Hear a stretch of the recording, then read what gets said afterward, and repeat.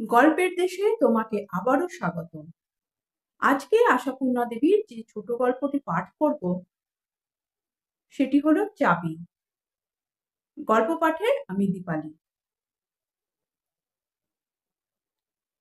হাসপাতালের ঘরে একটা চাপা গুঞ্জন উঠল, বিস্ময়ের আর ধিক্কারের। ধিক্কারের সেই অস্ফুট তরঙ্গ যেন ধাক্কা খেয়ে খেয়ে ছড়িয়ে পড়ল কৃষ্ণার সঙ্গে আত্মীয় বর্গদের থেকে ডাক্তার আর নার্স, পুলিশ আর তার সাঙ্গপাঙ্গদের মধ্যে। সবাই শক খেয়েছে, কেউ আশা করেনি এটা। এই ভয়ঙ্কর মুহূর্তে কৃষ্ণার রসনা থেকে যে নির্লজ্জ নিরাবরণ প্রশ্নটা উচ্চারিত হবে, এটা আশা করার নয়। ডাক্তার মুখার্জি সুদীর্ঘকালের অভিজ্ঞতায় পৃথিবীকে অনেক দেখেছেন, তবু কৃষ্ণার এই স্ত্রীহীন প্রশ্নটায় নতুন করে বৈরাগ্যের হাসি হেসে ভাবলেন, এই পৃথিবী। নার্স দুজন মনে মনে মুচকে হেসে ভাবল, এরাই সাধ্বী, এরাই স্বামীর মৃত্যুর পর বৈরাগ্যের খোলস এঁটে নির্লিপ্ত মুখে ঘুরে বেড়াবেন জগতে, যেন জগতের সব দেনা পাওনা চুকিয়ে ফেলেছেন। কৃষ্ণার দাদা ভাবলেন, ছি ছি ছি ছি, কৃষ্ণা এই, অথচ দেখলে মনে হতো। নীলাব্জর ছোট ভাই ভাবল, জানতাম বৌদি এই রকমই, শুধু দেখলে মনে হতো।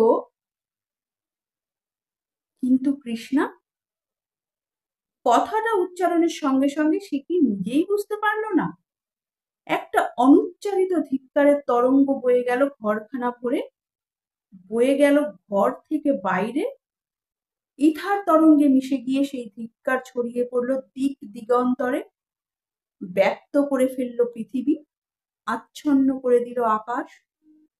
অথচ এক মুহূর্ত আগেও কি ভেবেছিল কৃষ্ণা, এই চরম দুঃসময়ে, এই ভয়ঙ্কর পরিবেশের মাঝখানে এই তুচ্ছ কথাটা ছাড়া জিজ্ঞেস করার মতো আর কোনো কথা খুঁজে পাবে না সে?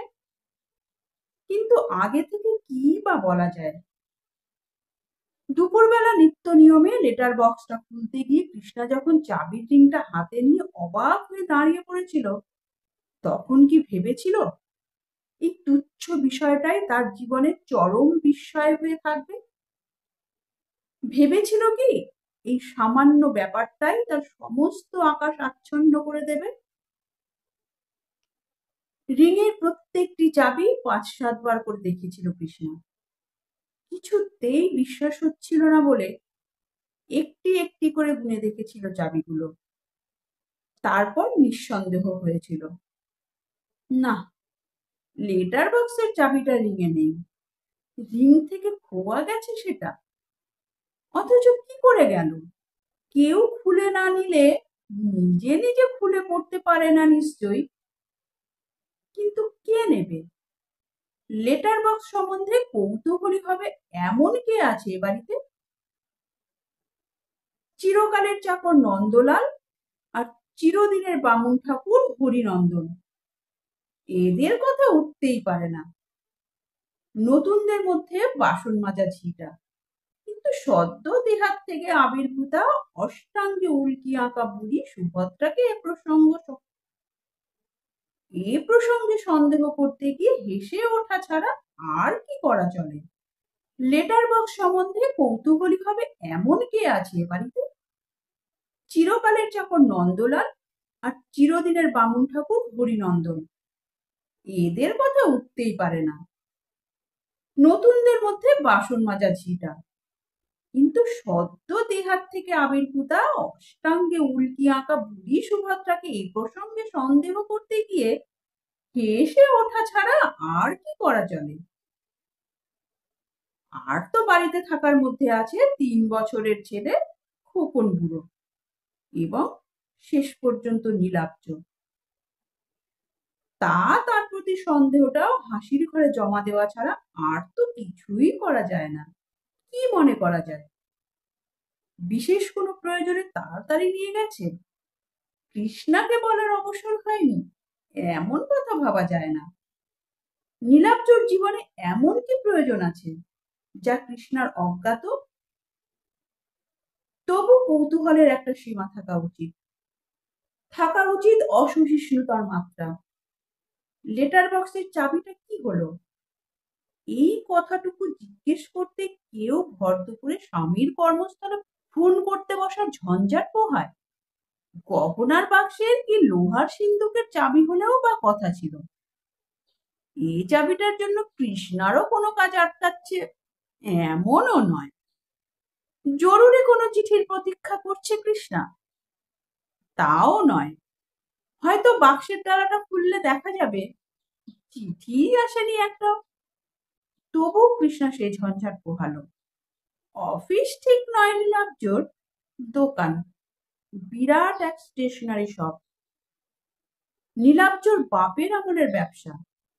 কাজে অকাজে কারণে অকারণে দোকানে ফোন যে করে না কৃষ্ণা তা নয়, তবু আজকের মতো অকারণে এত ব্যস্ত হয় না। কণ্ঠস্বর শুনে দোকানের চাকর সাধন বরং একটু আশ্চর্যই হলো। দ্রুত কম্পিত কণ্ঠে বলে, হ্যালো হ্যালো, কে? সাধন? ও হ্যাঁ, আমি কথা বলছি। বাবুকে একবার ধরতে বলো তো। বাবু দোকানে নেই? যাননি আজকে? কি বললে? একবারটি গিয়ে তাড়াতাড়ি গাড়ি নিয়ে বেরিয়ে গিয়েছেন? কখন ফিরবেন কিছু বলে গেছেন? বলে যাননি? আচ্ছা সাধন, বিশেষ কোনো কাজে পড়ে কোথাও গেছেন কিনা জানো কিছু? জানো না? আচ্ছা ফিরলে একবার বাড়িতে ডাকতে বলো। তবু সে ডাকের অপেক্ষা করে ধৈর্য ধরে বসে থাকেনি কৃষ্ণা। কে জানে কোন দুরন্ত খেয়ালের বসে ডাকাডাকি করে জাগিয়ে তুলল ঘুমন্ত দুটো লোককে দিবানিদ্রার সুখসজ্জা থেকে। চিঠির বাক্সর চাবি কোথায় জানিস নন্দ? নিদ্রা তোর নন্দ ভেবাচেকা খেয়ে বলে, চিঠির বাক্স? কোন চিঠির বাক্স? কার চাবি? ভূতের মতো কথা বলছিস কেন? লেটার বক্সে চাবি দেওয়া থাকে, জানিস না তুই? জানি তো, সেই চাবিটা কই? সেই চাবি, সেই চাবি আপনার কাপড়ের কোণে। বলেই ফের ধপাস করে শুয়ে পড়ে নন্দ। ঘুমই হচ্ছে মুখ পড়ার জম, এত ঘুমোতেও পারে। বলে নন্দলালের প্রতি বিরক্ত চিত্ত কৃষ্ণা হরিনন্দনকে ডাকে চেঁচিয়ে, ঠাকুর ঠাকুর। বলে দিনের বেলা তোমাদের এত ঘুম কিসের বাপু? একটা কাজে পাবার জো নেই। হরিনন্দন উঠে পড়ে নম্রভাবে দাঁড়ায়। অতএব কৃষ্ণাকেও একটু নম্র হতে হয়। নরমভাবে বলে, আচ্ছা ঠাকুর, চিঠির বাক্সর চাবিটা কোথায় জানো? না বৌমা, কোন চাবির কথা বলছি বুঝতে পারছো তো? আমারই এই রিঙে থাকে, হঠাৎ দেখতে পাচ্ছি না বাপু। লোহার সিন্ধুকের চাবি নয় যে পুরনো লোক মণিবাণীর এ প্রশ্নে অপমানিত বা আহত হবে। তাই ভেবেচিন্তে বলে, খোকা বাবু ফেলে দিয়েছে সম্ভব।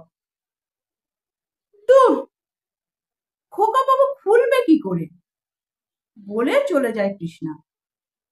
পুরোপুরি রিংটাই যদি নিরুদ্দেশ হতো তাহলে খোকাকেই আসামি করা হতো সন্দেহ নেই, কিন্তু এতে হয় না।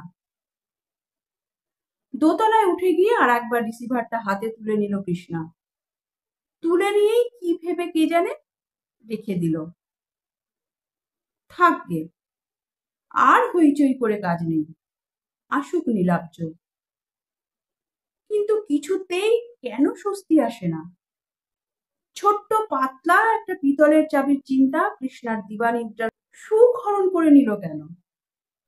শুয়ে পড়েছিল, আবার ধর্মর করে উঠে পড়ল কৃষ্ণা। তাই তো, এটা তো এতক্ষণ মনে পড়েনি। যাক, মনে যখন পড়েছে তখন চেষ্টায় ক্ষতি কি? অতএব বাড়িতে যেখানে যত চাবি ছিল সবগুলো নিয়ে নিচে নেমে যায় কৃষ্ণা, দেখে প্রত্যেকটি ঢুকিয়ে, কিন্তু না, ছোট্ট পাতলা একটি পিতলের চাবির অভাব কেউ পূরণ করতে পারে না। গোটা কয়েক স্ক্রু খুলে ফেললেই খুলে ফেলা যায় বাক্সের ডালাটা। নন্দকে বলে নন্দই পারে খুলে দিতে, কিন্তু বলবে কোন মুখে? অকারণে একদিন একটু চঞ্চল হয়ে উঠেছে বলেই তো সত্যি পাগল হয়ে যায়নি কৃষ্ণা। নন্দকে যা তা বলে বোঝানো যেতে পারে, কিন্তু নীলাব্জকে? ও যখন বাড়ি এসে কৃষ্ণার এই অসহিষ্ণুতার পরিচয় পেয়ে অবাক হয়ে যাবে, বিস্মিত প্রশ্নে বলবে, সে কি, ঘন্টা 4-5 সবুর সইল না তোমার? তখন কি উত্তর দেবে কৃষ্ণা? আর কিছু করার নেই, মনকে বোঝাতে চেষ্টা করে কৃষ্ণা। হয়তো দোকানের কোনো ড্রয়ার কি বাক্সর চাবি টাবি হারিয়ে গেছে, হয়তো ছোট্ট পাতলা পিতলের এই চাবিটা তাতে লাগতে পারে ভেবে এই আশায় ওটা খুলে নিয়ে গেছে নীলাব্জ। হয়তো তাড়াতাড়িতে আর ভুলে যাবার সময় পায়নি, হয়তো এই ভেবেছে একবেলা লেটার বক্সটা না খুলতে পারলেই বা কি এমন রাজ্য রসাতলে যাবে। তবু কিছুতেই কেন কে জানে স্বস্তি আসে না, কেবলই যেন মনটা হারিয়ে যায়। দিনটাও কি তেমনি, মেঘলা মেঘলা, ছায়া ছায়া, হাওয়া বইছে, প্রায় শীত করে করে, এমনি শিরশিরে উদাস উদাস। এমন দিনে যেন মনটা অকারণে ভারাক্রান্ত হয়ে ওঠে, ইচ্ছে করে বাড়ি ছেড়ে কোথাও বেরিয়ে পড়তে, ইচ্ছে করে জানালার মধ্যে থেকে আকাশের টুকরো টুকুর দিকে তাকিয়ে ঘন্টার পর ঘন্টা অলস ভাবে শুয়ে শুয়ে মন গড়া দুঃখের কথা ভাবতে। যে দুঃখ জীবনে নেই, যে দুঃখ জীবনে আসবার কোনো সম্ভাবনা নেই, তেমনি এক দুঃখের ভারে ভারাক্রান্ত হয়ে ওঠে কৃষ্ণা, আজকের মেঘ ভারাক্রান্ত আকাশের মতোই। এমনও তো হতে পারে কৃষ্ণাকে হঠাৎ সন্দেহ করতে শুরু করেছে নীলাব্জ, তাই হয়তো লেটার বক্সের চাবি নিজের হাতের মুঠোয় রাখতে চায় সে। হয়তো চায়, দেখতে চায় কখন কোথা থেকে কি চিঠি আসে। না, এ কল্পনায় বিরক্তি আছে, বিলাস নেই। সত্যকার দুঃখ না থাকলেই বোধ করি দৈবাৎ এমন এক মেঘমেদুর দিনে দুঃখের বিলাসে স্বাদ যায়। সেই স্বাদেই ভাবতে বসে কৃষ্ণা। চিরদিন নীলাব্জ ফাঁকি দিয়ে এসেছে তাকে, ভালোবাসার ভান করে অপমান করে এসেছে চিরদিন। নীলাব্জর মর্মে যার আসন পাতা, সে কৃষ্ণা নয়, আর কেউ। ভাবতে থাকে, হয়তো দীর্ঘকালের ব্যবধানে এতদিনে আবার হঠাৎ কোথাও নীলাব্জর দেখা হয়ে গিয়েছে তার সঙ্গে। হয়তো সে দিয়েছে চিঠি দেবার প্রতিশ্রুতি, তাই নীলাব্জর এই সতর্কতা। হয়তো দুজনে হাসাহাসি করছে কৃষ্ণাকে নিয়ে, বলা বলি করছে, কৃষ্ণা কি নির্বোধ, কাঁচে আর কাঞ্চনে প্রভেদ বুঝতে পারে না সে, সমাদর আর সদ্ব্যবহার এই পেয়েই সে ধন্য। কে জানে, হয়তো দোকান পালিয়ে তার সঙ্গেই দেখা সাক্ষাৎ করতে গেছে নীলাব্জ। হয়তো এমন প্রায়ই যায়, নিঃশঙ্ক কৃষ্ণা জানতেই পারে না। কোথায় সে জায়গা, কোনখানে? শহরের মধ্যে, শহরতলিতে, শহর ছাড়িয়ে অনেক দূরে? কৃষ্ণা তত দূরে পৌঁছতে পারে না, কিন্তু পৌঁছেই বা কি করবে কৃষ্ণা? নিজের চোখে নিজের পরাজয়ের দৃশ্য দেখতে যাবে? নির্বোধ বলে কি এমনই নির্বোধ সে? নীলাব্জ এমন, নীলাব্জ এত মিথ্যাবাদী? এই নীলাব্জকে প্রাণ দিয়ে ভালোবাসে কৃষ্ণা। উফ, এই দণ্ডে যদি বাড়ি থেকে বেরিয়ে পড়তে পারতো কৃষ্ণা, নিজে গাড়ি চালিয়ে হানা দিয়ে বেড়াতো এখানে সেখানে, শহরে আর শহরতলির আশেপাশে, হাতে হাতে ধরতে পারতো নীলাব্জকে, তীব্র তিরস্কারে বলতে পারতো তাকে, তুমি না একটি বিশ্বস্ত হৃদয় স্ত্রীর স্বামী, তুমি না সন্তানের পিতা। কিছুই হয় না, কিছুই হবে না। শুধু হঠাৎ একসময় সংবেগ ফিরে পেয়ে দেখতে পায় কৃষ্ণা চোখের জল ঝরে ঝরে বালিশ ভিজে গেছে তার। কি কাণ্ড! এ কি! যে দুঃখ নেই সে দুঃখকে মনে পড়ে অহেতুক এতটা চোখের জল খরচ করছে কৃষ্ণা। চোখ মুছে হাসবার চেষ্টা করে উঠে বসে, কিন্তু চোখকে মুছে মুছে কিছুতেই শুকিয়ে তুলতে পারে না। ব্যাধিগ্রস্ত চোখের মতো শুধু জল পড়তেই থাকে অবিরত। দুপুর গড়িয়ে বিকেল, আর বিকেল গড়িয়ে সন্ধ্যায় পর্যবসিত হয়। কৃষ্ণা ওঠেনি, চুল বাঁধেনি, কাপড় ছাড়েনি, ইচ্ছে করেই করেনি এসব। আজ সে অভিমানিনীর রূপ নিয়ে বিপর্যস্ত করে দেবে নীলাব্জকে, স্বীকারোক্তি করিয়ে নেবে নীলাব্জকে দিয়ে তার বিগত জীবনের দুর্বলতার।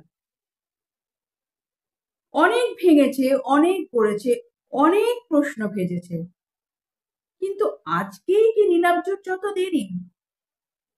হবে বই কি, বাল্য বান্ধবী ছাড়েননি বোধ হয় এখনো। বৌমা! বামুন ঠাকুর এসে ডাক দেয়। কি রান্না হবে বলে দিলেন না? তরকারি কোটা হলো না, উনুন জ্বলে যাচ্ছে। আমি জানি না, যা পারো করোগে না ঠাকুর, একদিন নিজে বুদ্ধি করে চালিয়ে নিতে পারো না? হরিনন্দন নিঃশব্দে সরে যায়।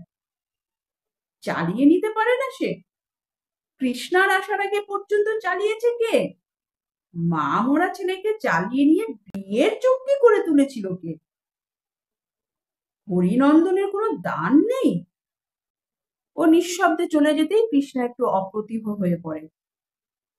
না বললেই হতো এমন করে। যাই, দেখে আসি। উঠে উঠে করতে করতে আর কতক্ষণ গেছে কে জানে। হঠাৎ চমক ভাঙলো নন্দলালের ডাকে। বৌমা! বৈঠকখানা ঘরে মামা বাবু আর কাকা বাবু এসে বসে আছেন। চা দিলাম, ফেরত দিলেন। মামা বাবু আর কাকা বাবু একসঙ্গে? এ আবার কি মণিকাঞ্চন যোগ! ধর্মর করে উঠে বসে কৃষ্ণা। এসেছেন তো ডাকিসনি কেন আমাকে? বলেছিলাম, বারণ করলেন। বারণ করলেন? সে আবার কি? কতক্ষণ এসেছেন? এই একটুক্ষণ। দেখি যাই, করছেন কি দুজনে? কি জানি বৌমা, কি যে গুজগাছ করছে দুজনে। আমাদের বাবুই বা এখনো এলো না কেন? দ্রুত ভাষণে কৃষ্ণা প্রশ্ন করেছিল। কি গো ঠাকুরপো, কতক্ষণ? দাদা, আমায় ডাকোনি যে? কিন্তু কৃষ্ণার দাদা উত্তর দিয়েছে শান্ত আর মৃদু। হ্যাঁ, এইবার ভাবছিলাম ডাকা যাক। যেতে হবে এক জায়গায়। যেতে হবে? কাকে দাদা? আমাকে? হ্যাঁ, একবার মেডিকেল কলেজে যাওয়ার দরকার। নীলাব্জ গাড়ি নিয়ে সোনারপুর না ওইদিকে কোথায় গিয়েছিল, হঠাৎ একটা অ্যাক্সিডেন্ট হয়ে ইয়ে মেডিকেল কলেজে এনে তুলেছে। চলো আমার সঙ্গে। নিঃশ্বাস ফেলে উঠে দাঁড়ালেন দাদা। কৃষ্ণা শুধু অনেক কষ্টে উচ্চারণ করলো, সোনারপুর? হ্যাঁ, তাই তো বললে। পকেটে কাগজপত্র ছিল, তাতেই ঠিকানা পেয়ে স্থানীয় লোকেরা দোকানে খবর দেয়। দোকানের লোক ট্যাক্সি নিয়ে গিয়ে। তারপর থেকে আর একটিও কথা কয়নি কৃষ্ণা। নিঃশব্দে ওদের সঙ্গে গাড়িতে গিয়ে উঠেছে। গাড়ি থেকে নেমে অনেকখানি দালান আর অনেকগুলো সিঁড়ি পার হয়ে চলে এসেছে ওদের পিছন পিছন তেমনি নিঃশব্দে। ঘরের দরজায় ঢুকবার মুখে নীলাব্জর ভাই একবার থমকে দাঁড়ালো। ইস্পাতের মতো মাজা ঠান্ডা স্বরে বলল, একটু শক্ত হবেন বৌদি, অধৈর্য হয়ে লাভ নেই। লাভ? ও কি তাহলে বুঝতে পেরেছে সারা রাস্তা কৃষ্ণা শুধু লাভ লোকসানেরই হিসাব করতে করতে এসেছে? শূন্য দৃষ্টিতে ওর মুখের দিকে একবার চেয়ে দেখলে কৃষ্ণা। কৃষ্ণার দাদা ওর পিঠের উপর আস্তে একটু হাত রাখলেন। থাক এইটুকু স্নেহ স্পর্শ, বেদনা বিধুর সহানুভূতিতে কোমল, আবার এই এক প্রকার প্রস্তুতিও বটে। হাহাকার করে যদি আছড়ে পড়তে চায় কৃষ্ণা স্বামীর মৃতদেহের উপর, তখন আগলে রাখতে হবে এই হাত দিয়ে। স্বামীর আশ্রয় হারা নারীকে বাল্যের আশ্রয়ে ফিরিয়ে নিয়ে যাবার আশ্বাস থাকে যে হাতের স্পর্শে। কিন্তু কৃষ্ণা কি সে প্রস্তুতিকে কাজে লাগতে দিয়েছিল? আছড়ে পড়েছিল স্বামীর বুকের উপর, বুক ফাটা বিলাপে বিদীর্ণ করতে চেয়েছিল মৃত্যুর স্তব্ধতাকে। কই, কিছুই তো করেনি সে। শুধু ঘরে ঢুকেই চাদর ঢাকা মূর্তিটার দিক থেকে চোখ সরিয়ে নিয়ে ডাক্তারবাবুর দিকে তাকিয়ে একটা প্রশ্ন করেছিল।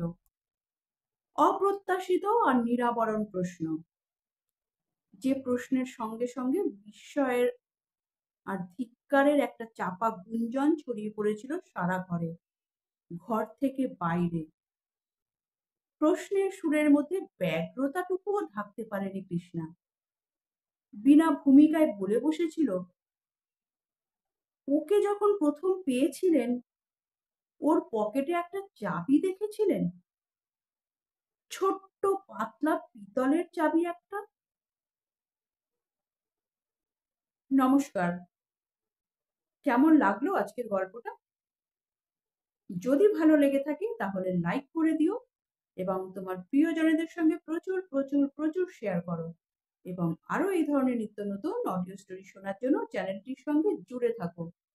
চ্যানেলে যারা নতুন এসছো তারা চ্যানেলটিকে সাবস্ক্রাইব করে বেল আইকনটি প্রেস করে রাখো, যেন পরবর্তী নোটিফিকেশন সবার আগে তোমার কাছে পৌঁছায়। তোমরা গল্প শোনার পাশাপাশি যারা কুকিং এ ইন্টারেস্টেড, তারা মায়ের আদরে রান্না বলে আমার একটি কুকিং চ্যানেল আছে, তোমরা সেখানে ভিজিট করতে পারো। পরবর্তী আরেকটি নতুন গল্পের সঙ্গে খুব তাড়াতাড়ি ফিরে আসি। ততক্ষণের জন্য সবাই সুস্থ থেকো, ভালো থেকো, নিজেদের খেয়াল রেখো, যেটা ভীষণ ইম্পর্টেন্ট। নমস্কার, ধন্যবাদ।